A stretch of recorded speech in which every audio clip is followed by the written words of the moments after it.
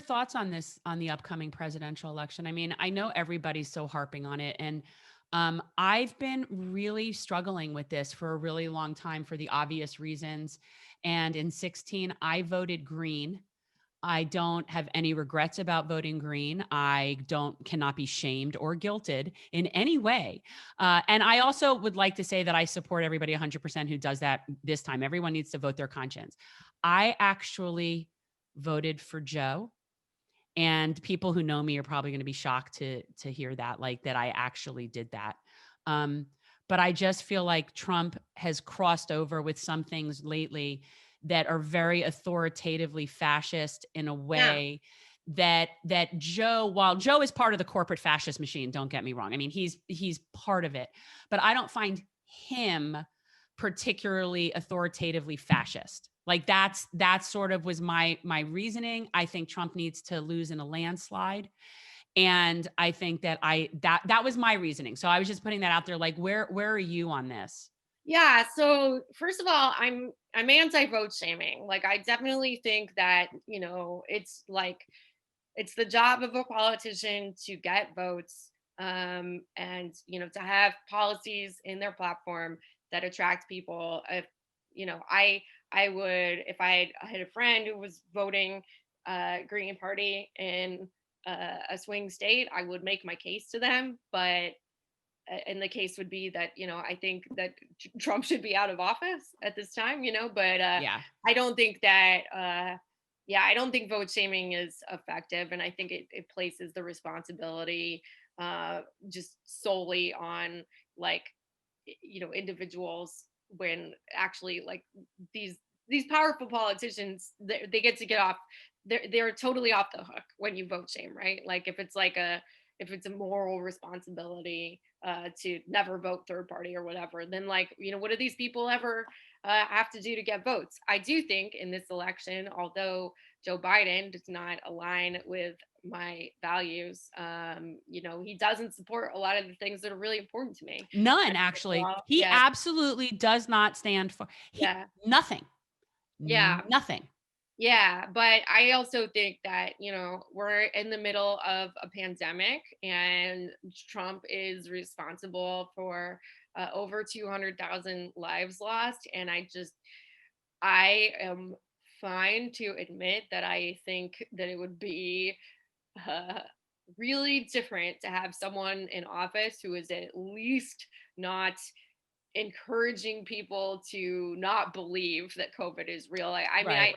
I think that Joe Biden probably won't do everything on COVID that I would hope for. I would love to see, a check sent out to every person in this country, regardless of their citizenship status. Just like pay people to stay home, like New Zealand did. UBI. We Yeah, need UBI. yeah, but I mean, I think that just, I think, like, yeah, just in the middle of this situation in which so many people are dying, and many of them are from communities that are marginalized in other ways.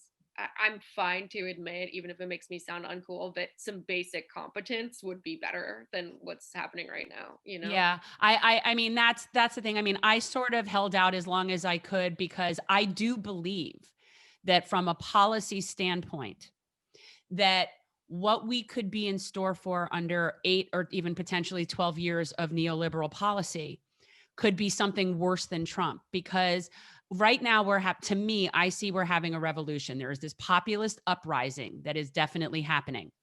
And I believe that whichever party gets in, that it's going to be the opposite side of the populist spectrum that spends the next 4 years swelling and building and growing.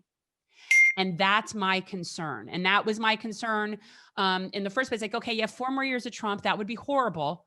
But what if you had 8 to 12 years of the policies that gave the Trump people that much more time to build up their movement and then put someone in even worse? Like that's sort of because we ended up with him from these policies for years. That's why we have what we have is a complete corporatocracy. And Yeah. so it is so we can't not look at okay, well what we do now is going to impact down the road. And even with that, I had to bite the bullet and be like, I can't abide this anymore. Yeah, I mean, I think that I think that you're right that under a Biden presidency, that like the right will just will just double down on the super wild shit, QAnon. I think like just as the Tea Party uh, rose under Obama, there will be stuff like that in a Yeah. Biden administration. However, what I don't think will happen is I do not think that the left will check out in the way that many people did. Not everyone, but many people did under Obama. I mean, I the hope not. Sanders I did. hope not. Like when I voted, I actually remember making this very conscious like note to myself that okay, this means that we have to fight this much harder because I cannot abide thinking that in 4 years we're having President Kamala Harris. Like Yeah, that is not the direction that I want to go in. So I just feel like it's going to require so much more effort to keep that from happening and we just have to do it. yeah. I mean, think about all of the people that became politically active through the Sanders campaign. I mean, to us, Joe Biden is a Republican. Yeah. Yeah, and it's like, we're not gonna like the people that will uh, go back to brunch, as the saying goes, during a Biden administration will be, I think, the people who really thought that just, Trump himself as an individual was the whole problem, that he's rude and he's uncouth, and the people who do have an understanding of all of the systemic injustices that are going on, of like the ravages of capitalism, like those people are not going to check out, and there's a lot of those people, and I do think that the left can continue to build and to organize under Biden.